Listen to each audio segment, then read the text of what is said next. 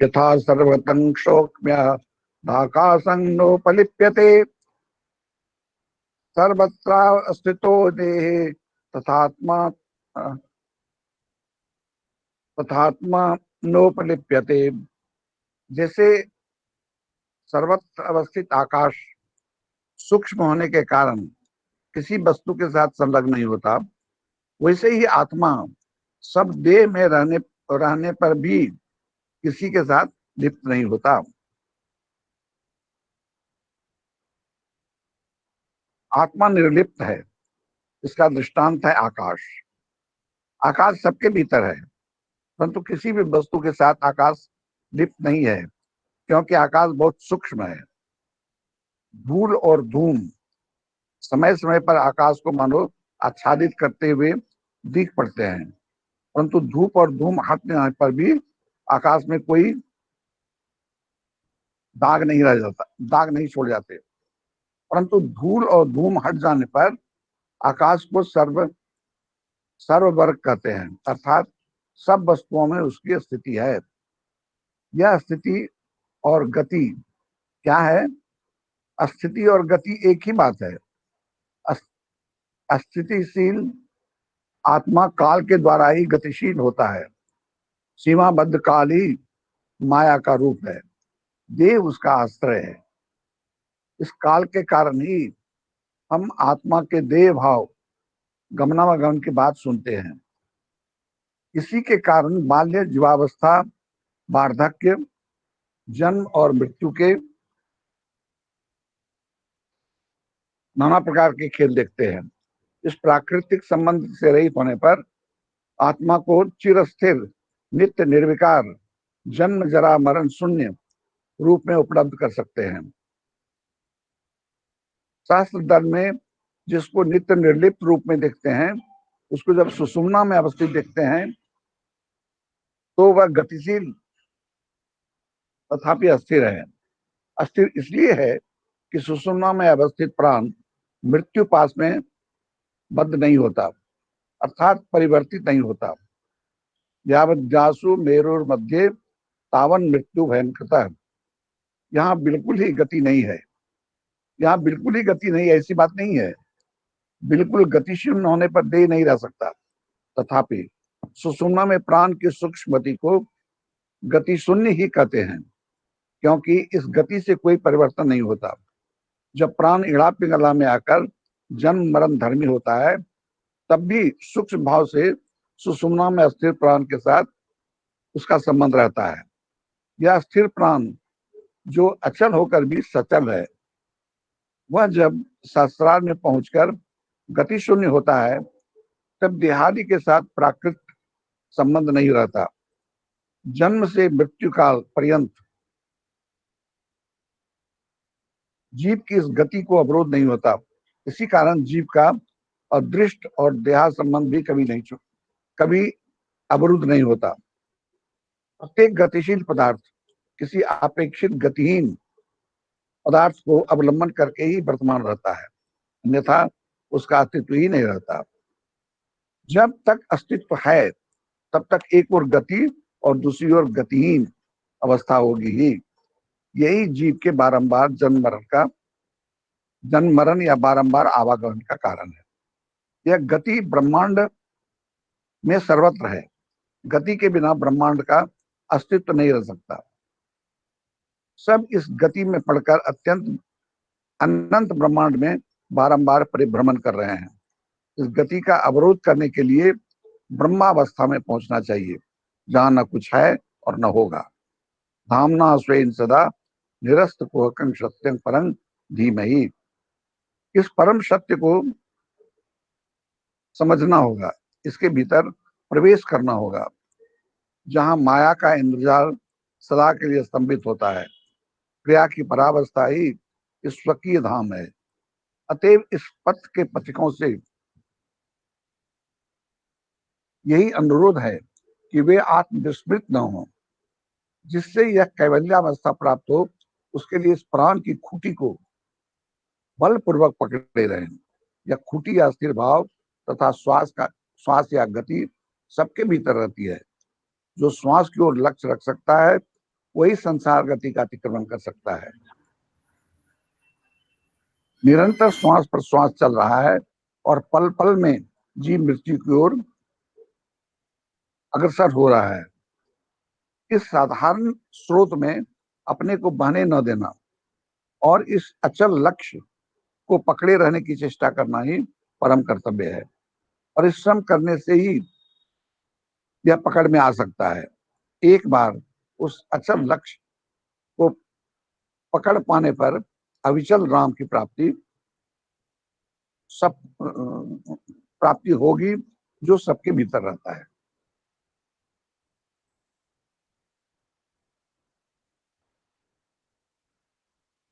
कोई चीज अगर घूम रहा है, गतिशील है, वो एक ऐसा वस्तु जरूर है जो कि गतिहीन है, जो अस्थिर है। एक चक्का घूम रहा है, तो चक्का घूम रहा है, एक धुरी है। अगर धुरी नहीं रहे तो चक्का घूमेगा नहीं। एक अस्थिर है, तभी दूसरा घूम रहा है। जो घूम रहा है वो संसार है, जो अस्थिर है वो भगवान है।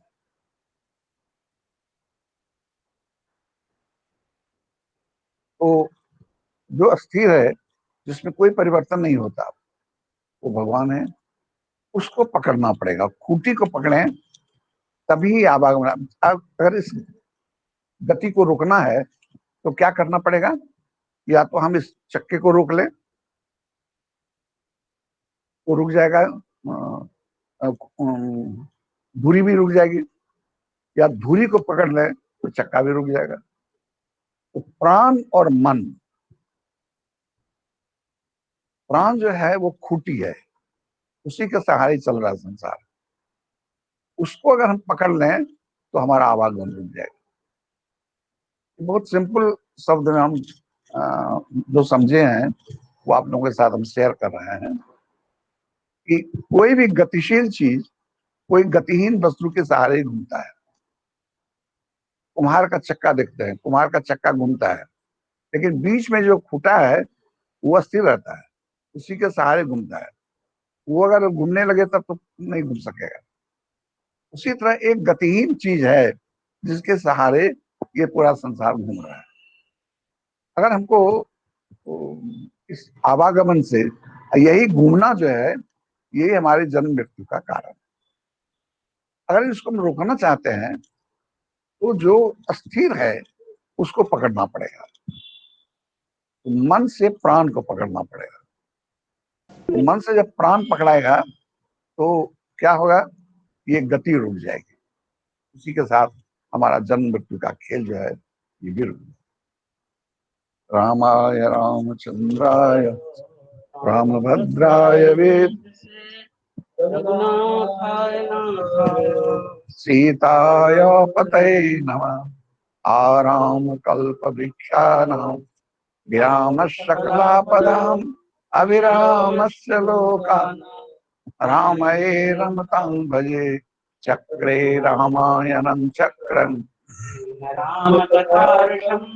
समारित परावर्तम् वाल्मीकिं मधुपं भजे। स्मरन्तं राम रामेति तरन्तं भवसागरं शरन्तं अमृतारण्ये त्वं नमामि कपीश्वरम्। सीताराम राम राम मेरे प्रभु राम राम राम सीताराम राम राम मेरे प्रभु राम राम राम।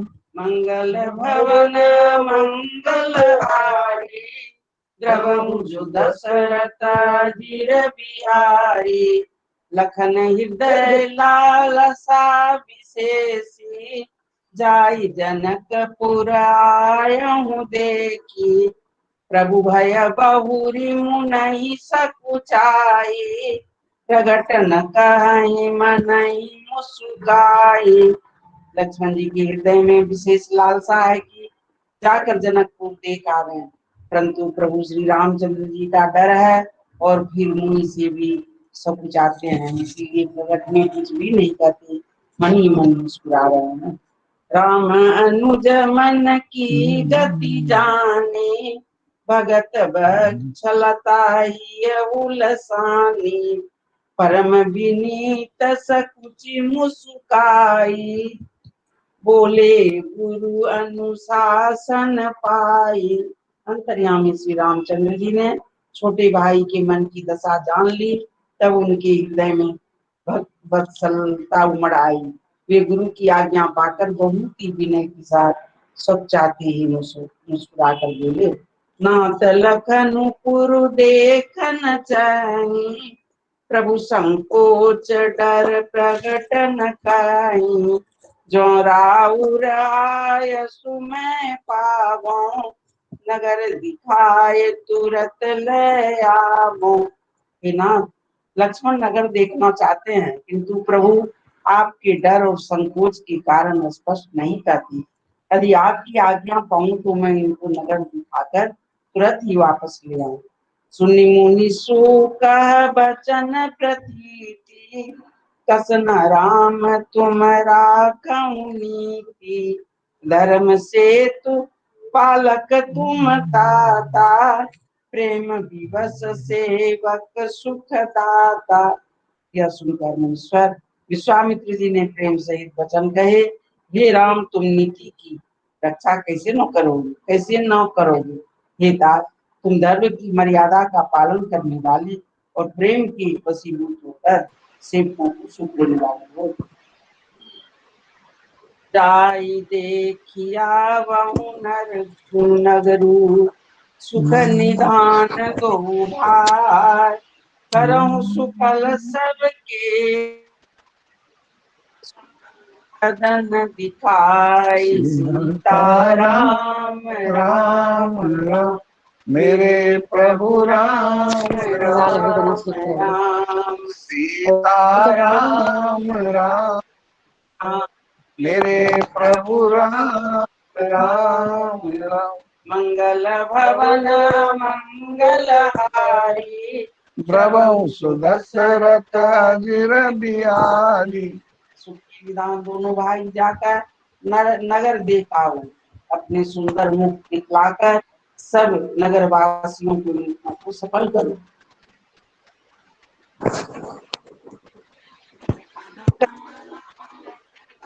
दाता चले लोक लोचन सुख दाता, बालक वृंद देख यति शोभा, लगे संग लोचन मनु लोभा। सब लोगों के नेत्रों को सुख देने वाले दोनों भाई मुनि के चरण कमलों की वंदना करके चले। बालकों के झुंड इनके सौंदर्य की अत्यंत शोभा देखकर साथ लग गए। उनके नेत्र और मन इनकी माधुरी पर लुभा गए। पीत बसन परिकर कटि भाता, चारु चाप सर सोहत हाता, तन अनुहरत सुचंदन कोरी, श्यामल गौर मनोहर जोरी। दोनों भाइयों के पीले रंग के वस्त्र हैं, कमर के पीले दुपट्टे में तरकस बंधे हैं, हाथों में सुंदर धनुष बाण सुशोभित है।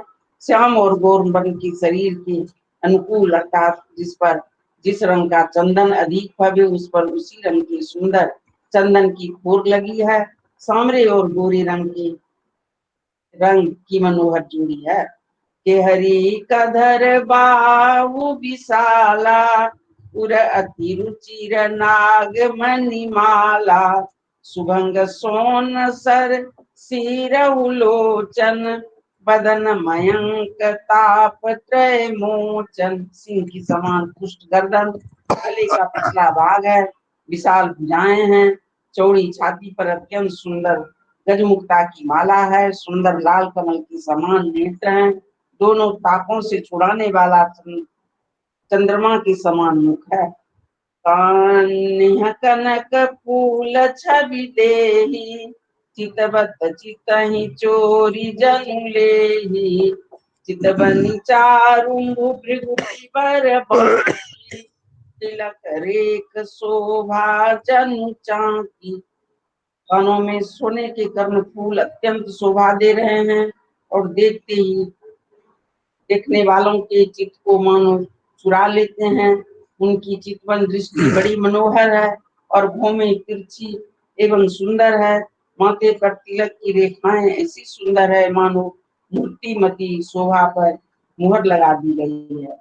चिर चौतनी सुभंग सिरो मेचक कुंचित केस नख सिख सुंदर बंधु दो शोभा सकल सुदेश। सीताराम राम राम मेरे प्रभु राम राम राम सीताराम राम राम मेरे प्रभु राम राम राम मंगल भवन मंगलहारी प्रभु सुदशरथ अजीर बिहारी। सिर पर सुंदर चौकुनी टोपियां दिए हैं, काले और घुंघराली बाल है। दोनों भाई नख से लेकर सिर तक एड़ी से चोटी तक सुंदर हैं और सारी शोभा जहाँ जैसी चाहिए वैसी है।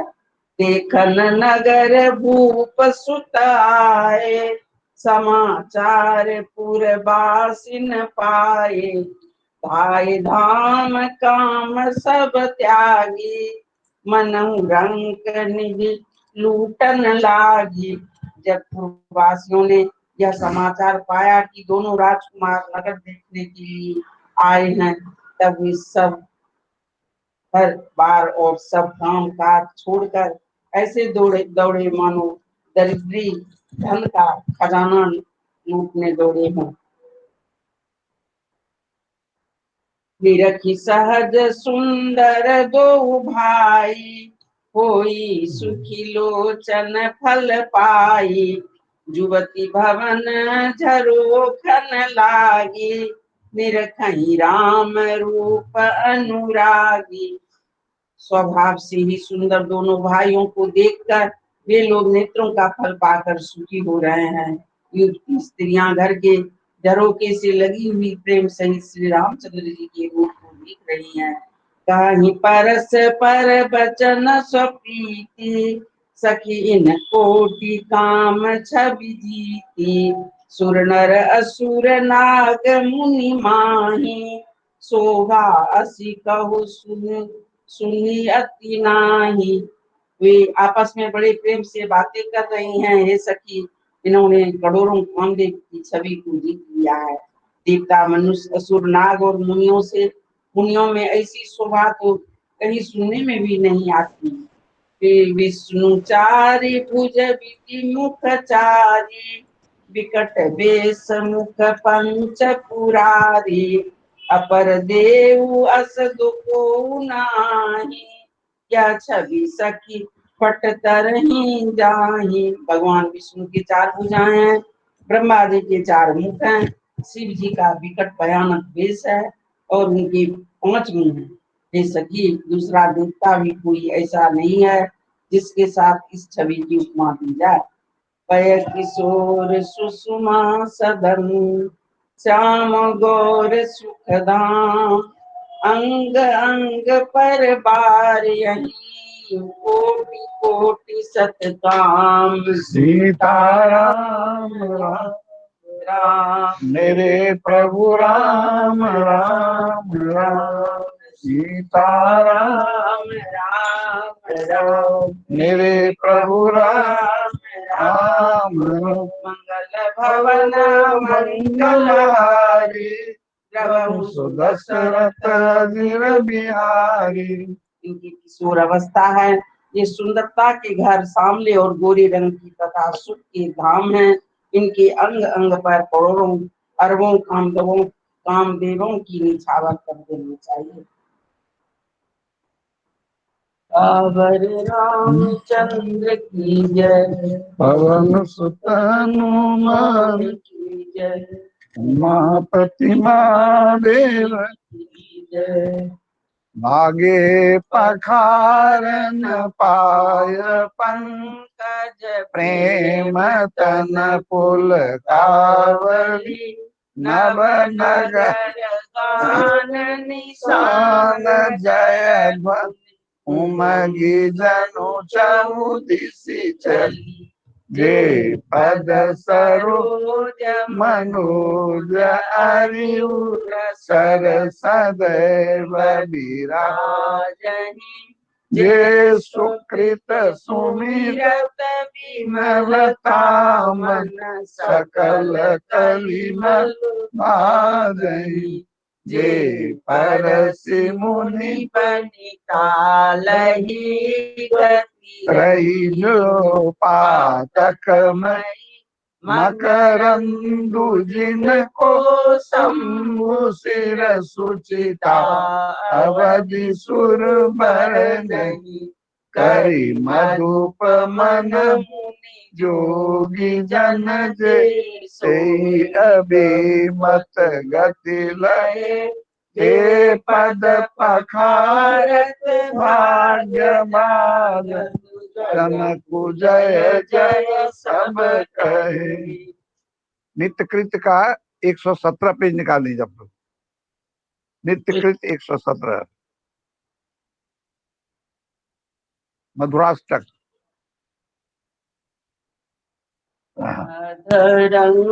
मधुरं जदनं मधुरं नयनं मधुरं हसितं मधुरं हृदयं मधुरं गमनं मधुरं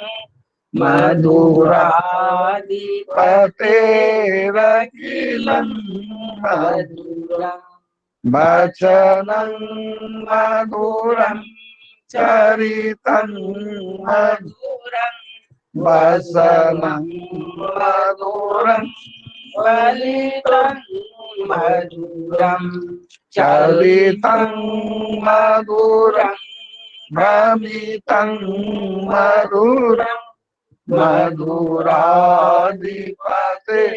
मधुराधिपतेरखिलं मधुरं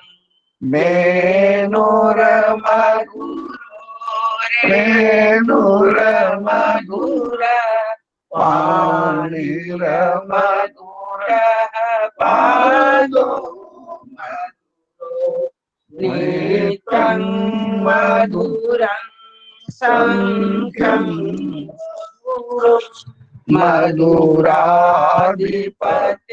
मधुराधिपतेरखिलं मधुरं गीतं मधुरं पीतं मधुरं भुक्तं मधुरं सुप्तं मधुरं रूपं मधुरं तिलकं मधुरं मधुराधिपतेरखिलं मधुरं गुञ्जा मधुरा माला मधुरा यमुना मधुरा बीची मधुरा सलिलं मधुरं कमलं मधुरं मधुराधिपतेरखिलं मधुरं गोपी मधुरा लीला मधुरा युक्तं मधुरं भुक्तं मधुरं हृष्टं मधुरं श्रेष्ठं मधुरं मधुराधिपतेरखिलं मधुरं गोपा मधुरा गावो मधुरा यस्तिर मधुरा श्रेष्ठिर मधुरा दलितं मधुरं फलितं मधुरं मधुराधिपतेरखिलं मधुरं मधुराधिपतेरखिलं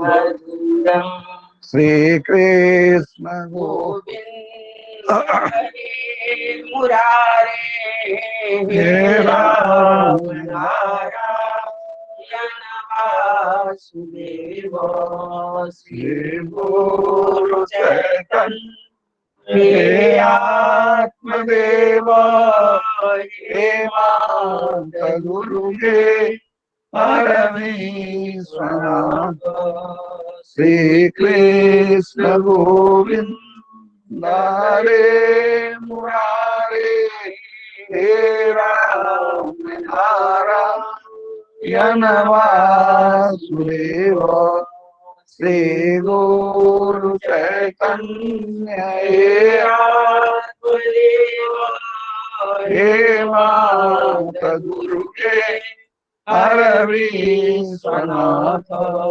श्री कृष्ण गोविंद हरे राम नारायण वासुदेव श्री गुरु चैतन्य हे आत्मदेव हे मात गुरु के परमेश्वरनाथ श्री कृष्ण गोविंद हरे मुरारे हे राम नारायण वासुदेव श्री गुरु चैतन्य हे आत्मदेव हे मात गुरु के परमेश्वरनाथ श्री कृष्ण गोविंद हरे मुरारे हे राम नारायण वासुदेव श्री गुरु चैतन्य हे आत्मदेव हे मात परमेश्वर पुण्य श्लोको नरो राजा पुण्य श्लोको युधिष्ठिर पुण्य श्लोका च वैदेही पुण्य श्लोको जना जवा कुसुम संका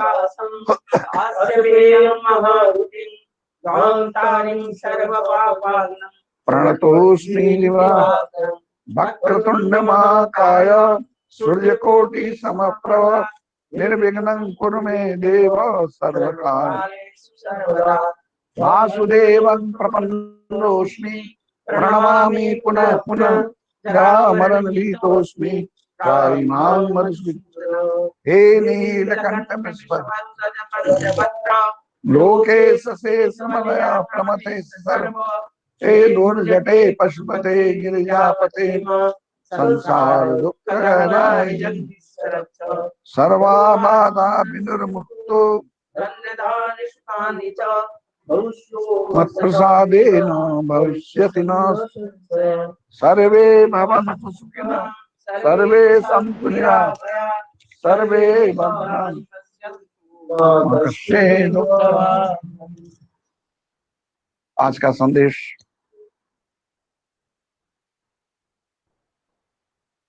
हर साल जैसे कोरोना का संकट आया था जिसके लिए लॉकडाउन लग गया था, लोगों को बड़ी परेशानी हुई साल भर। इस बार फिर लगता है कि कोरोना और तेजी से बढ़ने की जो संभावना थी वो हो रहा है। चैत का महीना आते ही गर्मी का पारा बढ़ने लगा है, लेकिन कोरोना का पारा बढ़ना एक चिंता का विषय है। 4 अप्रैल को तो 1 लाख से अधिक नए केस भारत में मिले हैं। हममें से सबसे अधिक केस इसमें से सबसे अधिक केस महाराष्ट्र, गुजरात, राजस्थान, दिल्ली, केरल, उत्तर प्रदेश में मिले हैं। घबराइए नहीं, यह संक्रमण सब राज्यों में नहीं फैलेगा और ठीक होने वालों की संख्या बढ़ेगी। 2-3 महीने के अंदर सामान्य स्थिति आ जाएगी। इस बीच सतर्कता बरतने की आवश्यकता है। हम सबों को वैक्सीन ले लेना चाहिए तथा सरकार द्वारा निर्धारित गाइडलाइन का कड़ाई से पालन करना चाहिए। जिन लोगों का वैक्सीन लेने का समय आ गया है वो लोग वैक्सीन जरूर ले लें, और सरकार का जो निर्देश है, मास्क लगाना है, बार हाथ धोना है, लोगों के कांटेक्ट में कम से कम आना है, तो ये इसका पालन होना चाहिए। जो करना है वो हमारे हाथ में है, जो होना है वो तो भगवान के हाथ में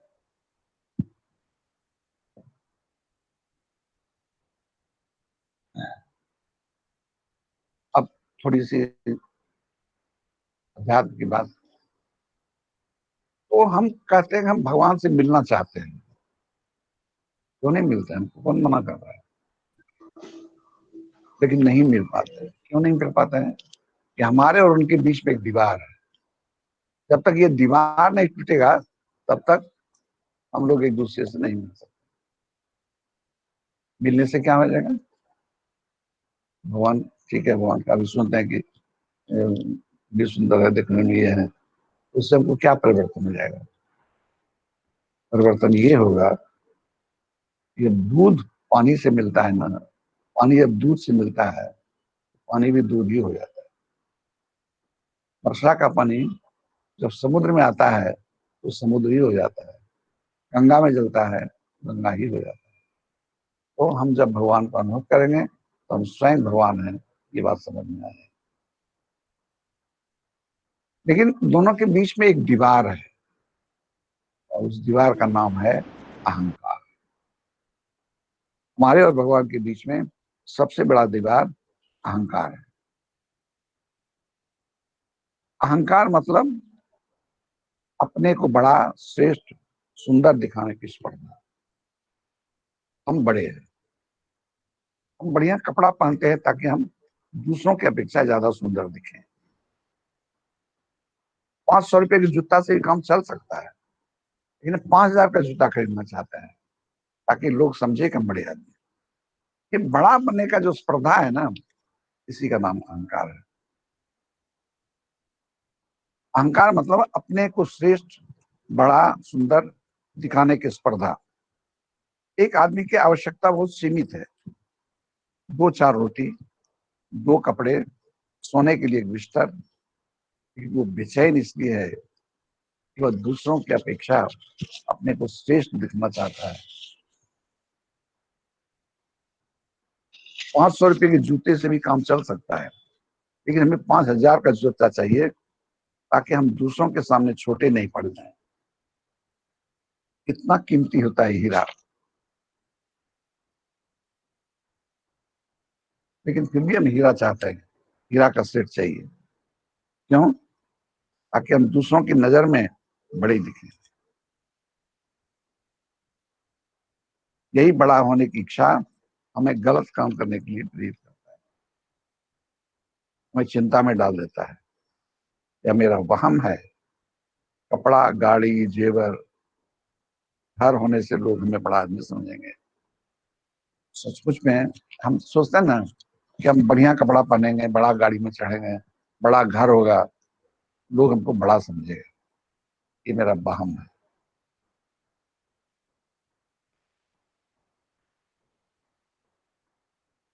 बड़ा वो है जिसके पास अपनापन, दान देने की शक्ति, क्षमा भाव तथा प्रेम का अक्षय बन।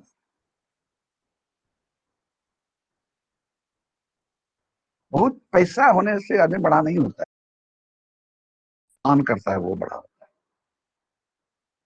दंड देने वाला बड़ा नहीं होता है, वो क्षमा कर देता है वो बड़ा होता है। लड़ाई झगड़ा करने वाला आदमी बड़ा नहीं होता है, जो अपनापन देता है वो बड़ा होता है। और जिसके पास प्रेम का अक्षय भंडार है वही सबसे सुंदर है। महात्मा गांधी आधा धोती पहनते थे और आधा उड़ते थे। आज भी लोग उनके फोटो का पूजा करते हैं। देखा है तो बाहरी क्या विशेषता थी महात्मा गांधी ने? कीमती जूता कहीं पहने, साईं बाबा का इतना, साईं बाबा का ड्रेस क्या था? वो चोला धूत पहनते थे और माथा में मुर्था बांधते थे, यही था। बाहरी कोई संपदा तो थी नहीं। लेकिन आज हम उनकी पूजा करते हैं। क्यों? बड़ा मन।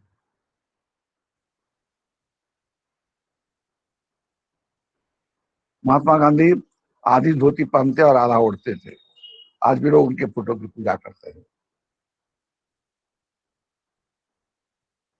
अगर अपना प्रभाव दिखाना है, अगर अपना प्रभाव ही दिखाना है, तो चेहरे पर मुस्कुराहट लाइए, वाणी में सत्य रखिए, आंखों में स्नेह और बाहों में सबको गला लगाने की शक्ति चाहिए। 4 चीजें बोले हैं। अगर चाहते हैं कि लोग हमको देखें, हमारे प्रति लोग आकर्षित हो, तो 4 काम कीजिए। चेहरे पर मुस्कुराहट हो, मुरझाया चेहरा हमेशा नहीं। हम परेशान हैं तो गला में दर्द, पैर में दर्द, ये दर्द, वो दर्द। बहुत आदमी को देखिएगा कि मिला नहीं कि अपना दुखड़ा गाना शुरू कर दिया। इसको इतना फुर्सत है? आप दुखी हैं, सब भी दुखी है। जिसके चेहरे पर मुस्कुराहट है, सब उसको तरफ देखने लगते हैं। चेहरे पर मुस्कुराहट, वाणी में सत्य। सत्य में एक आकर्षण है। सत्य में वो पावर है। आप लोग सुने ही होंगे कि युधिष्ठिर जब महाभारत में युद्ध कर रहे थे, तो युधिष्ठिर का जो रथ था वो पृथ्वी के ऊपर चलता था, उसके घोड़े भी ऊपर चलते थे। लेकिन जैसे ही उसने कहा कि अश्वत्थामा हतो, वो रथ पृथ्वी पर आ गया। ये सत्य का पावर था कि उसका रथ और घोड़े दोनों ऊपर चलते थे। और जैसे एक अर्ध सत्य, वो पूरा सत्य नहीं, कि वो पावर चला गया। हम लोग भी अगर पावरफुल बनना चाहते हैं कि लोग हमको देखे, लोग हमको श्रेष्ठ समझे, कपड़ा और जेवर से कोई श्रेष्ठ नहीं समझे। हमारे चेहरे पर मुस्कुराहट हो और वाणी में सत्यता, जो बोलते हैं वही सच है। आंखों में स्नेह। छोटा को हम छोटा समझते हैं। गरीब है, जो कम पढ़ा लिखा है, उसको हम थोड़ा हे दृष्टि से देखते हैं। स्नेह भरी दृष्टि से देखिए, भैया कैसे हो, क्या आपकी सुंदरता बढ़ जाएगी, वो आपकी तरफ आकर्षित हो जाएगा। आंखों में स्नेह और बाहों में सबको गले लगाने की। फिर वो फटा धोती ही क्यों न पहना हो, तो उसे फटा दे।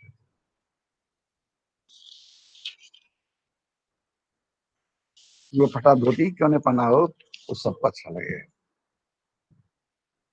जरूरत के लायक भगवान ने सबको दिया है।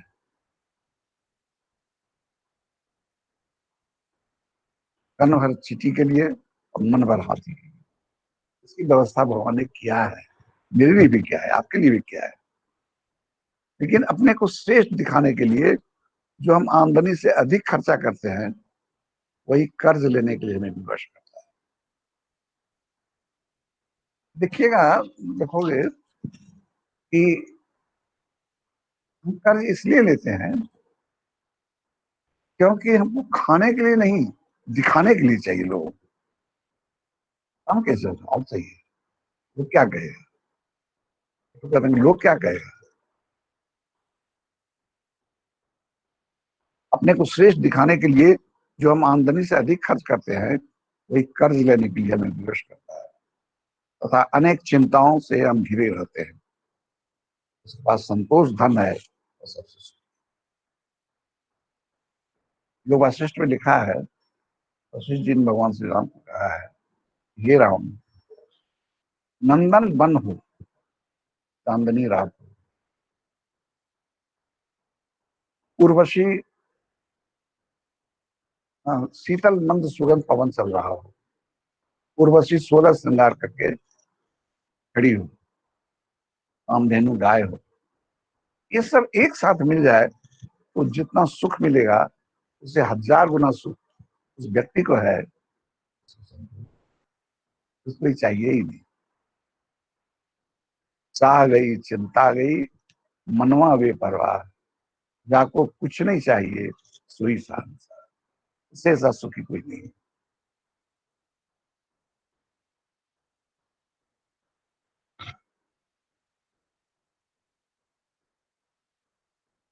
जिसके पास संतोष धन है वह सबसे सुखी है। मैं निवेदन करता हूं कि हम लोग कभी नहीं सोचें कि हमें कम है।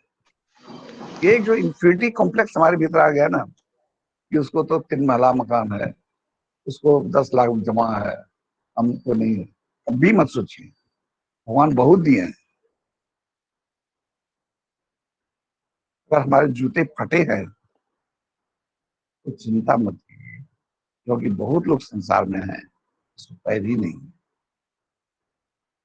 आपने कभी उसकी तरफ देखा नहीं, क्योंकि हम तो हमेशा अपने को बड़ा दिखाने के चक्कर में हैं। हम लोग कभी नहीं सोचें कि भगवान हमें कम दिए है। बड़ा वो नहीं है जिसके पास अधिक धन है, बड़ा वो है जिसने अधिक दान किया है।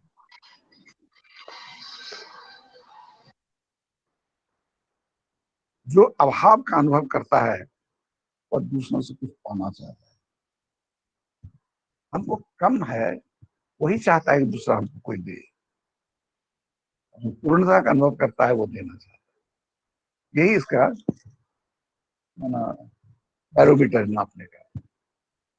जो अभाव का अनुभव करता है और दूसरों से कुछ पाना चाहता है, जो पूर्णता का अनुभव करता है और दूसरों को देना चाहता है। देने वाला हमेशा खुश रहता है और लेने देने की चिंता करने वाले हमेशा चिंता में रहते। हम लोग साधक हैं, हमारा जीवन सरल हो, आडंबरहीन हो और हम संतोषी हो। हमारी आवश्यकता पूर्ण करने के लिए हमारे गुरु महाराज पीछे खड़े हैं। इस बात का भरोसा होना चाहिए कि हमारी क्या आवश्यकता है हमारे गुरु को पता है, वो हमारे पीछे खड़े हैं। हमारी आवश्यकता पूरी करने के लिए हमारे गुरु हमारे पीछे खड़े हैं। और बड़ा हमें बनना नहीं है, बड़ा हमको बनना ही नहीं, क्योंकि दीक्षा लेने के टाइम में ही हमको ये प्रतिज्ञा कराया गया था कि अपने आप को छोटा समझो। ये इतना बड़ा मंत्र है कि अगर आदमी इस मंत्र को धारण कर ले तो उससे बड़ा कोई नहीं है। हमारी आवश्यकता पूरी करने के लिए हमारे गुरु हमारे पीछे खड़े हैं और बड़ा हमें बनना नहीं है, क्योंकि उन्होंने पहले ही छोटा बनने का प्रतिज्ञा करवा दिया है। छोटा बने जो सो हरि का। म्यान कोई नहीं देखता, तलवार की धार देखता है। कपड़े जूते कोई नहीं देखता, हमारा व्यक्तित्व चमकना चाहिए। मैं चाहता हूं कि हमारा चरित्र इतना सुंदर हो कि हमें किसी बाहरी श्रृंगार की जरूरत ही नहीं।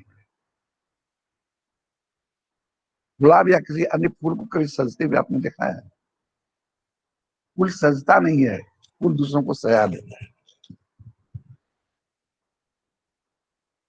गुलाब या किसी अन्य फूल को कभी सजते हुए आपने देखा है? वो जिसके पास होता है उसी को सजा देता है। इसी तरह जो सरल है, जो आडंबरहीन है और तारों के बीच चंद्रमा की तरह चमकता है, हम चाहते हैं कि हिंदू चंद्रमा बने आप सबों का जीवन। जो भावना मेरे ऊपर मन में उठता है वही लिख देते हैं, और जब हम खुद भी पढ़ते हैं तो हमको बहुत अच्छा लगता है। कहाँ कोई कमी है, खाते हैं खाते हैं बहुत अच्छा से। दो 5 सब्जी खाता है, हम दूसरे भी खाते हैं, लेकिन पछता है मेरा, क्योंकि हम मेहनत करते हैं। हमारे ऐसा आदमी हो जाएगा जो कुछ करता नहीं है तो दिक्कत है। एक दिक्कत क्या है? दिक्कत कुछ नहीं है, कुछ करना चाहिए, गतिशील होना चाहिए। जैसे हम अभी शरीर से थोड़ा लाचार हो गए हैं, लेकिन अच्छा विचार तो बांट सकते हैं, तो संभव है वो तो दे सकते हैं। मेरे पास बहुत पैसा नहीं है, कोई बात नहीं, हम एक अच्छा बात तो लोगों को बता सकते हैं, अच्छा चिंतन तो कर सकते हैं, और इसी से उसका जीवन मैं एक बार फिर बोलता हूँ, गुलाब को सजते हुए किसी ने नहीं देखा, वो जिसके पास होता है उसको सजा देता है। इसलिए मेरा जीवन, हमको सजने की जरूरत नहीं है, जहां होंगे वहां आनंद बरसेगा। ऐसा व्यक्ति चाहते हैं हम लोग भी गुलाब की तरह सुंदर भी हों, सुगंधित भी हों और दूसरों को लुटाने में। तो भेज दिया। बाबू ये प्रणाम आपका चरण मोबाइल स्पॉट। पे चला गया होगा।